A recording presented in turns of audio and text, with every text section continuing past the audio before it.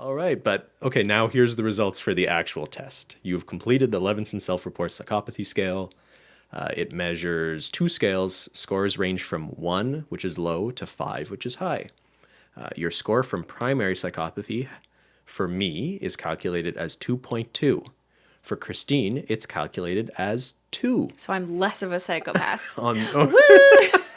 Woo! You making dinner tonight? So what does primary psychopathy mean is the affective aspects of psychopathy. So the lack of empathy for other people and tolerance for antisocial orientations. So we're both at a 2 or 2.2 out of 5. And 2 is on the lower side. Okay. And then for the secondary psychopathy scale, I've been calculated as a 1.7 and Cristine has been calculated as a 1.4 out of 5. I win again. So I did really good at the words. The words that made no sense. I guess I'm cooking dinner tonight. So secondary psychopathy is the antisocial aspects of psychopathy. So rule breaking and a lack of effort towards socially rewarded behavior. There's probably some, like that second test we did was probably about implicit bias that we weren't fully appreciating because you're doing it fast, and the whole point is to catch these things. When you associate a word that sounds like something else that you're not realizing with a negative thing, it may think, okay, closer to psychopath. Maybe. Okay. That makes a lot of sense. All right. So with the 2 scores, the results of the LSRP are very suitable for being plotted. Below is the distribution. So they have a chart and a sort of heat map of where most people stand. And it seems like a lot of people are basically at like between a 1 and a 2 on both of those scales, I would say would be the most common thing. So I'm kind of getting the sense we're a little bit more psychopathic than average. than the general population. It says Cristine. right underneath that Ben's score for primary psychopathy was higher than 53% of people who have taken this test. Oh, but for secondary psychopathy, it was only higher than 13% of people who take the test. So you're pretty on par with the average. Okay. Well, a little bit above, but you're much higher on the primary. Yeah. Well, a little bit higher than the middle.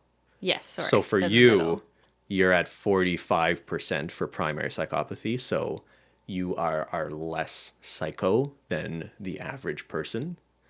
And 4.6% for the secondary psychopathy test relative to people who have taken the test. It's not like it's to people who have, it's not like the entire world, right? Yeah, but we both still scored higher, right? Because it says my score for primary psychopathy was higher than 45% of people.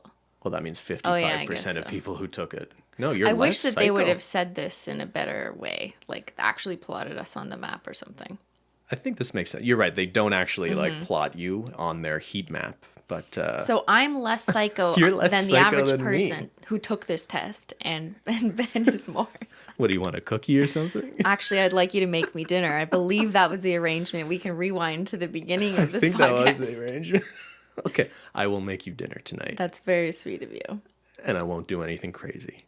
I mean, So what do you where think? do we go from Are you here? going to give much weight to these? Why do you No. think you scored higher than I did?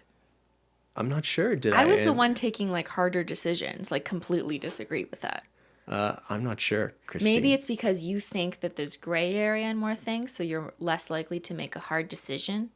And maybe they're using that as some kind of proxy for good point. being They're- able to see, oh, maybe I'll manipulate this person. Yeah, there were a few statements that are very clearly you should be disagreeing with them.